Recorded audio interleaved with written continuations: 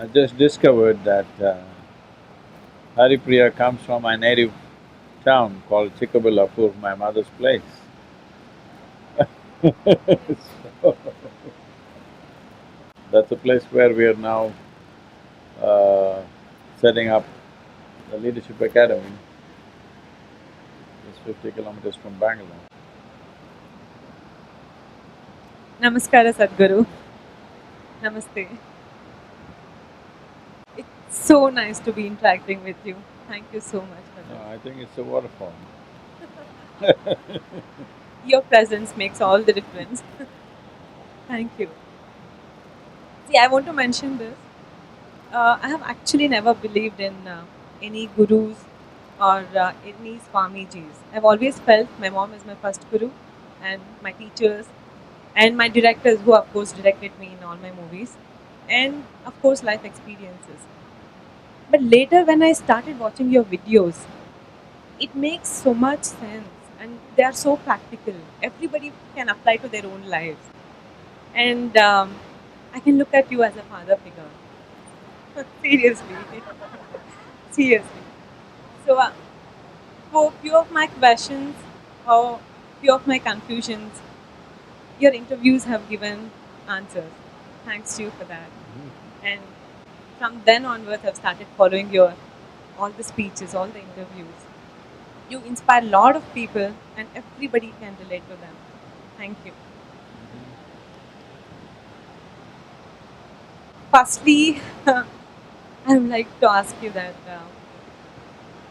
everybody would be coming to you with a lot of questions and with a lot of confusions. Sadhguru, ಏನು ಮಾಡಬೇಕು ಇದು ಮಾಡಬೇಕಾ ಅದು ಮಾಡಬೇಕಾ ಅಥವಾ ನನಗೆ ಈ ಥರ ಕಷ್ಟ ಇದೆ. So you will be explaining the lot. So ಅಥವಾ you will be analyzing their problems and you will be giving your explanation. And you will be traveling a lot. And you will be giving a lot of interviews, and you will be doing a lot of interactions. But have you ever felt, I need a break, Atva, I'm exhausted, Atva, I have to take some time out for myself? And this is question like a father, I mean, a daughter asking her father about his well-being. Hegidira Sadhguru, how are you, Anta? I want to ask you first because I'm going to eventually end up asking my questions. Because even I have my questions and confusions. I'm going to end up asking the same. But before that, I want to know, how are you? Roaring.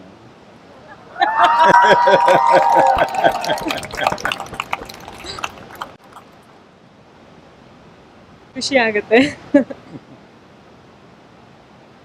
ತುಂಬಾ questions ಇದೆ, ನಿಮ್ಮನ್ನ ನೋಡಿದಾಗ ಮರ್ತೋಗುತ್ತೆ. ಒಳ್ಳೆ ತಾನೆ ನನಗೆ.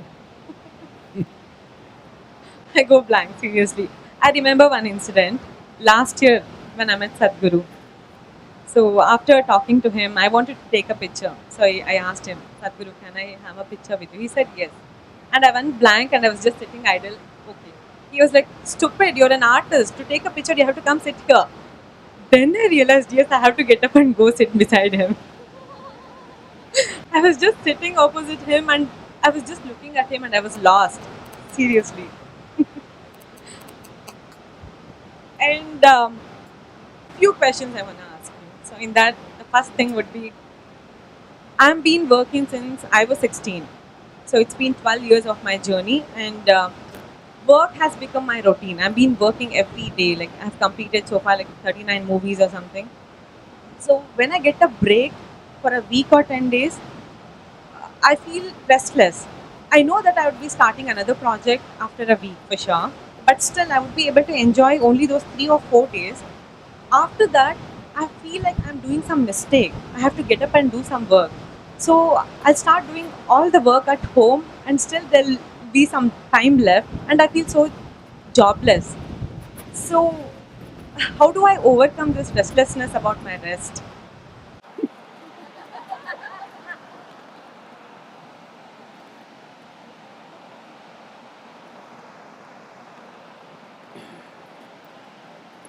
See, if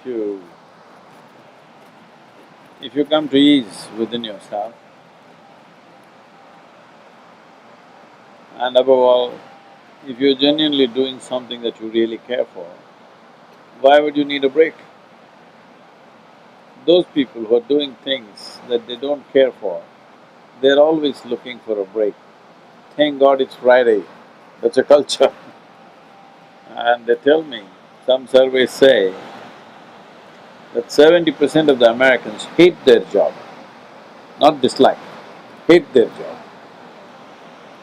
So 5 days of a week, if you're doing something that you hate, you think those 2 days are going to be fantastic, but that's not how it'll turn out. If you want those 2 days to be fantastic, at least you must practice 5 days, how to make it fantastic. So, this is the fundamental. In many ways, this is the very fundamental that we're talking about. What I'm normally addressing is just this, that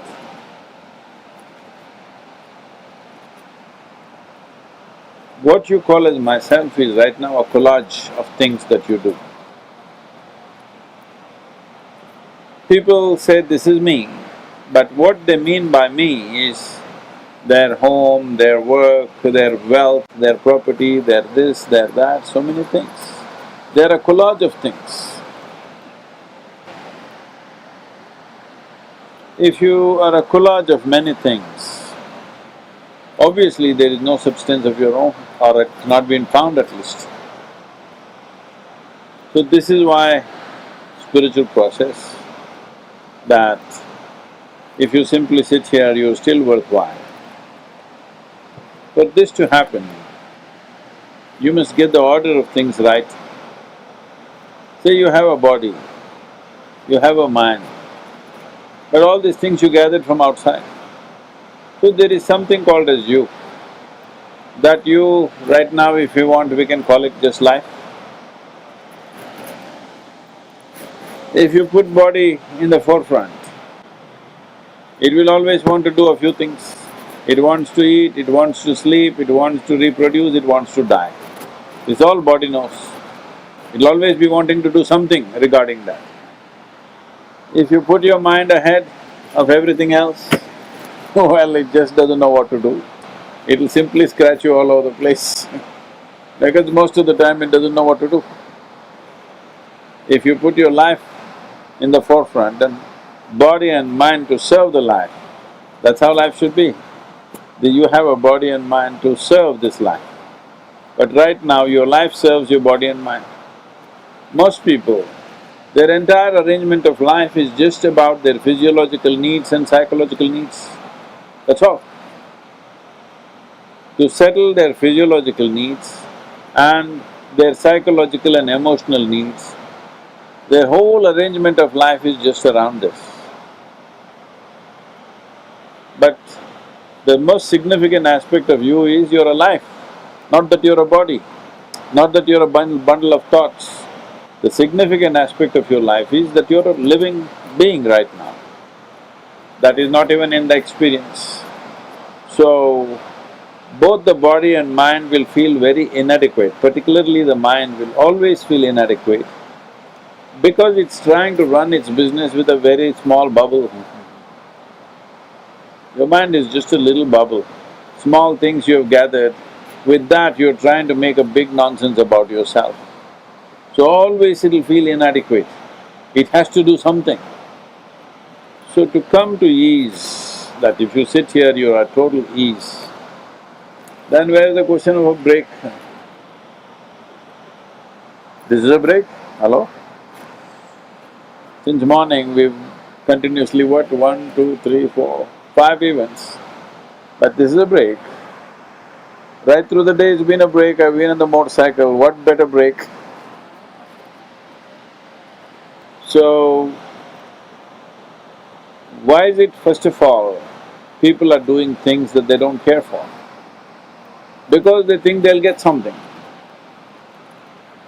If you're doing something that you don't care for, naturally it'll be burdensome. When life is burdensome, whatever the hell you get, what's the point? But to get that point, most people are on their deathbed. So I'm trying to see if we can make them get it a little early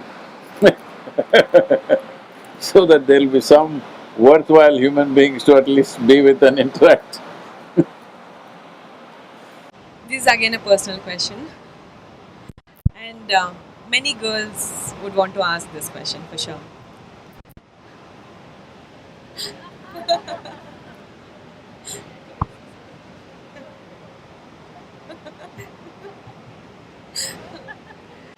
Um, Everybody say that okay, you have to get settled down in life, especially when it comes to a girl or woman's life. You have to get married and settle down.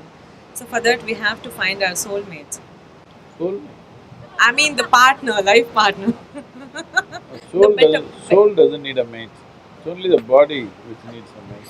Okay, so the better half, like whoever we get married to. Oh, you're calling him the better half. Oh, that's nice to know. I'm the best half, so he's the better half. So I forgot my question, Sadhguru. I've been working since many years and I have given more importance to my career. So I have become very workaholic. So I haven't given much attention towards my personal life. So now when my mom asked me to, okay, you have to settle down now. So I have to choose the person. But now I've gotten to a place where when a guy is looking at me, so I'll have a confusion there. Okay, is he looking at me? Okay, this is a good looking girl.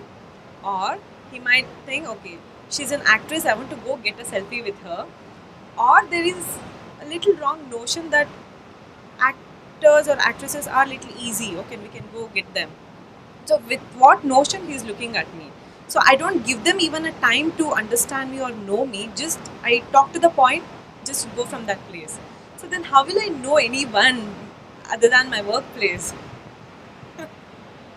And most of the successful women, um, I'm reading about this scenario nowadays. Most of the corporate women or most of the successful women, so they're not able to come out of their comfort zone. They're not able to interact with men comfortably because we don't know with what intention they're looking at us.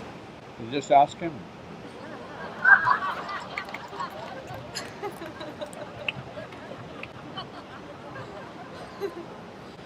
True, but what if their answers are not genuine?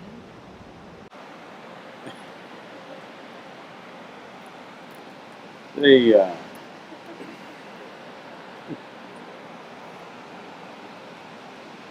the thing is, we have learned how to make a problem out of everything.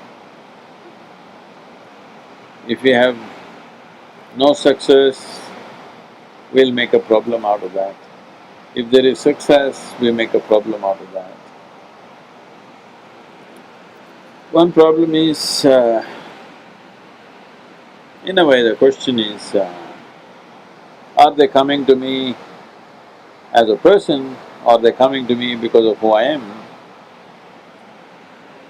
So, anyway, you're taking those week-long breaks, you must go away to a place where they don't know who the hell you are. Then you may find a man. If you are in Karnataka, maybe they all know you, so maybe it's just a fan moment. It is, it is a dilemma that both men and women are facing today. Because in this culture, at least, or everywhere for that matter, marriages were very stable. Though within the house a whole lot of turmoil happened for many people, still they were stable. Because one thing was, let's say if you look back 100 years ago, there was no way a woman could live alone, simply out of question. She had to have a man to protect her, otherwise it was just not possible. So she would anyway stay. Another thing was, there was no economic freedom, so she would stay. There would be no social status, so she would stay. Another thing is, the moment man and woman met, there would be children, so she would stay. Now children you can choose whether to have or not to have. Financial freedom you may have by yourself, you made your money. Socially, it is no more a problem, you can live by yourself. Law protects you, you don't need your man next to you to protect you. So all these things have disappeared. So the only other things are an individual human being's psychological needs, emotional needs and physical needs, which should make them go into a marriage. The nature of human being is such, one's physical needs, psychological needs and even emotional needs don't stay stable. This moment it may be strong, tomorrow morning it may not mean anything. So because of that, the very institution of marriage is in a big question mark right now. Unless somebody falls in love with somebody and it means a lot for them to be with someone, just as an institution, it is a big question mark right now. Unless two people really bond together and marriage or no marriage, it means a lot for them to be together. Unless that happens, simply for needs, getting into an institution because you have a certain need, those needs are no more the way it was. So, in a way, the whole human societies are at crossroads because without the stability of man-woman relationship, because when human children are born this way, see, if a tiger is born, for him 90% is natural instinct, 10% is education by his parents. But for a human being, only 10% is by instinct, 90% is by education. So, when you are born, well, at least 15–20 years you need nurture, care, support. Even now your mother is traveling with you, all right, wherever you go. But if you are any other creature, within a few days or weeks you would just walk away. Because for them, most aspects of life are naturally, instinctually built into them. Only a little bit of learning. But human life is not like that. A whole lot of it is learning. So because of that, a stable marriage has been vital for the growth of individual human beings. See, today you are a grown-up woman and you are thinking like this. But when you were a 2-year-old child, the stability of marriage was very important. I mean, your parents' stability, isn't it? It was very important and valuable. But today you are thinking on those terms. So these are a civilizational crossroads. In a way, the whole human species is going through this right now. You have to go through it too. But how do I choose? That's why I said you must be in a place where they don't recognize you. And about developments. So do we have to concentrate on the developments or the preservations? I didn't get the development See, or preservation, preservations. nature, you're saying. Nature, yeah. Because now for the transportation, for an instance, for an example, for the transportation we need roads, and for the railways we have to cut trees and we have to plant somewhere else, but people are forgetting that. So now we are with you, joining your campaign and all. But still, the preservation also, like how can we do both at a time? We have to develop as well as we have to preserve. See, these things need not be seen as contradictory.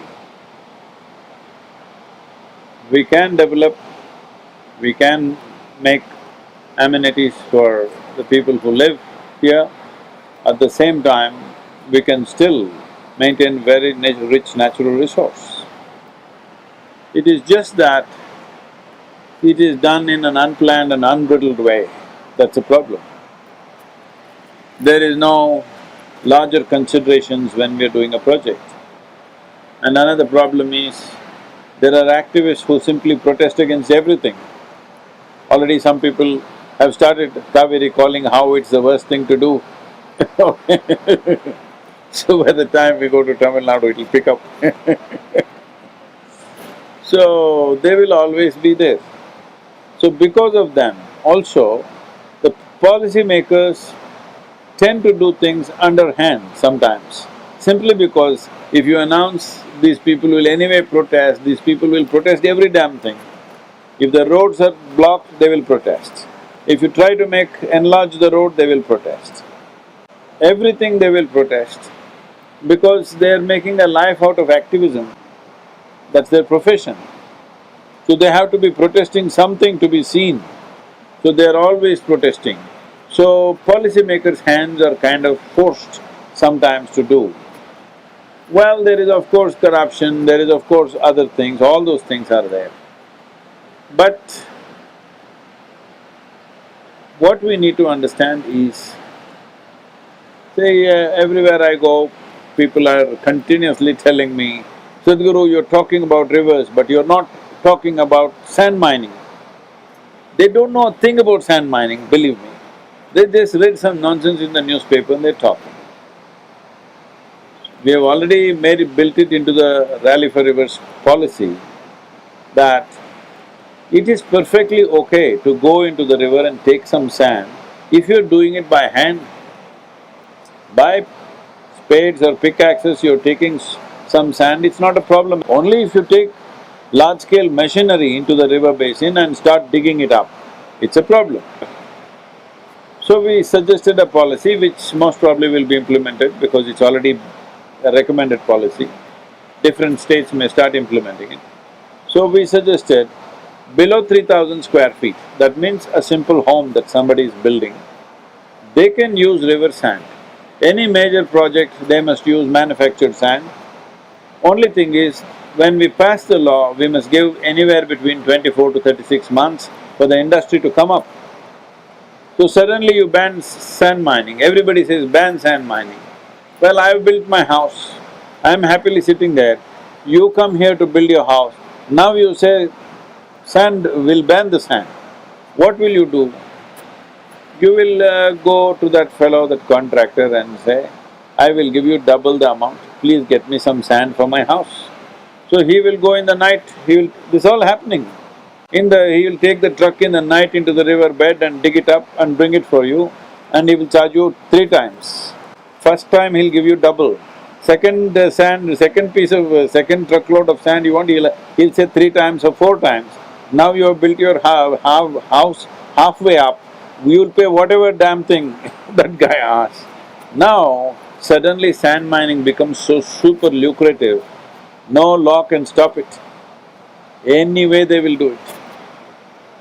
So, in policy we can set it up in such a way that everything can be controlled. If there is no long-term policy, all short-term knee-jerk things, ban this, ban that, banning anything is not going to work. If it's lucrative, well, people have banned drugs all over the world, but it's one of the biggest businesses. Because it's so lucrative, somebody will somehow do it. So you can make… similarly you can make… they've made sand also very lucrative. They will anyway go and take it in the night, do what you want. Nobody is going to guard the entire length of the river day and night. Somebody will find some place to do it all the time. So the important thing is, development is needed because the same people who complain about ecological damage, they also complain about lack of development. They are using everything. They are using lights, they are using refrigerators, they are using air conditioners, they are using everything, but they don't want power stations, they don't want anything to come up. How will it happen? Okay then, let's turn off the lights, all right? Let's turn off the lights, live in a very ecologically… Shall we do this tonight? Hello? Very eco-sensitive life you have in the night, you will know what it is.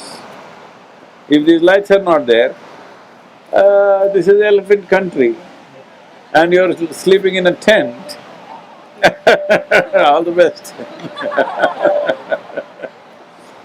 So, it's always nice to go on talking about this. See, we have identified in this country, largely we've identified what's a reserve forest. There's no way we should touch it. It's finished. That part of the land should be left.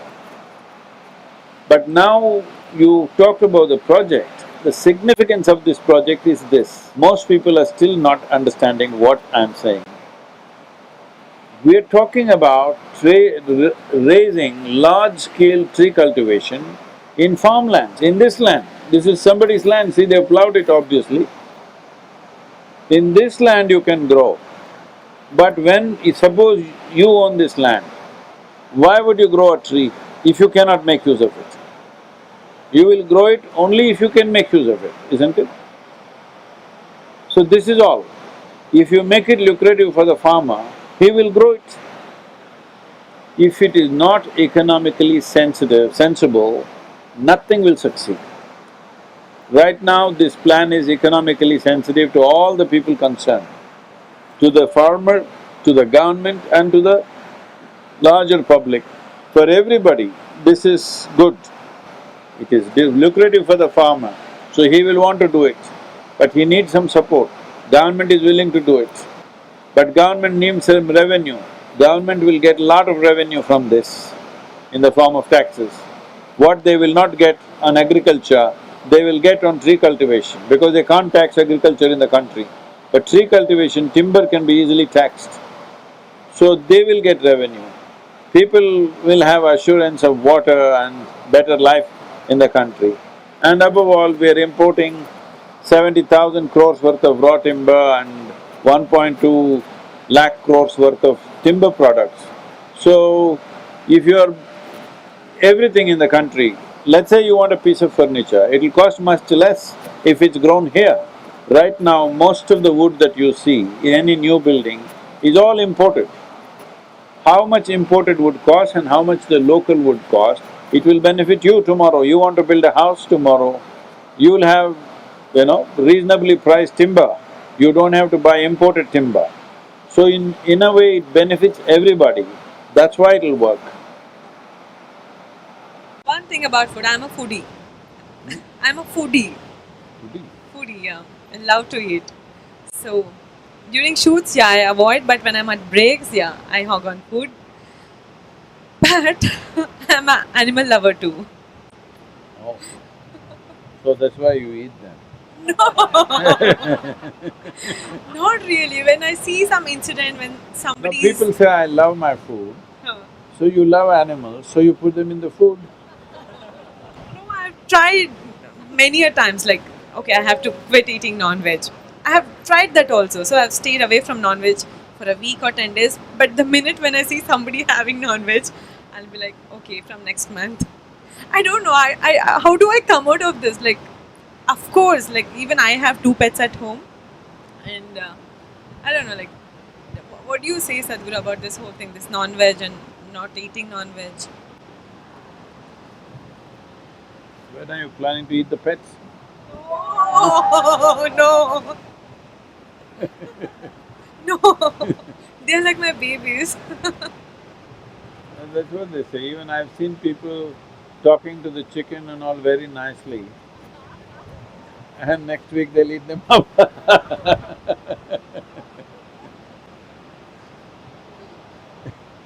Are you vegetarian or non-vegetarian? I'm a humanitarian.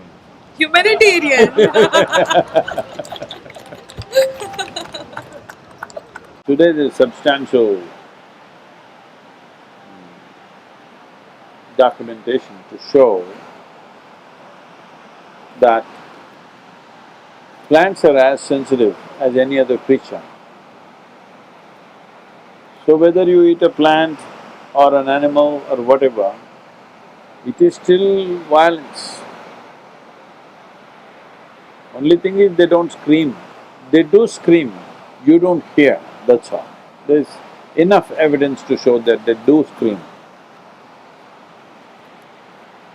It has been recorded like this, that if, let's say, an animal comes, see among the trees, let's say there are, 1,000 or 10,000 trees here. Let us say an elephant came and starts eating the leaves of the tree. immediately this tree will send messages to all its species that it is being eaten by whatever. I don't know whether it'll recognize an elephant or not, but it is being eaten like this. And within minutes, if the elephant goes there to the other trees, all the trees would have produced a certain amount of poisonous material in their leaves. When the elephant tries to eat that, it'll taste bitter and it's poisonous, so it won't touch. So among themselves there is that much sensitivity. So whether you pluck a fruit or a vegetable or cut a animal and eat, everything is cruel. It is just that we must do it with some sensitivity, only to the extent it's necessary. You should drop this idea of being a foodie. We all eat food. We must eat food, otherwise it'll be cruel to this one. But becoming an identity with food, not right, because that means we will indulge, we will not just nourish ourselves. We have a right to nourish ourselves. As a life, we have a right to nourish ourselves because this is how the food cycle is in the world. But we don't have a right to wantonly take another life just for pleasure. We have no business to do that. We have every right to nourish this life, but we have no right to enjoy taking another life. So don't call yourself a foodie, because food should never become the identity. For survival, for nourishment, we will eat whatever we have to eat, given the moment. Thank you. Thank you, Sadhguru. Thank you so much.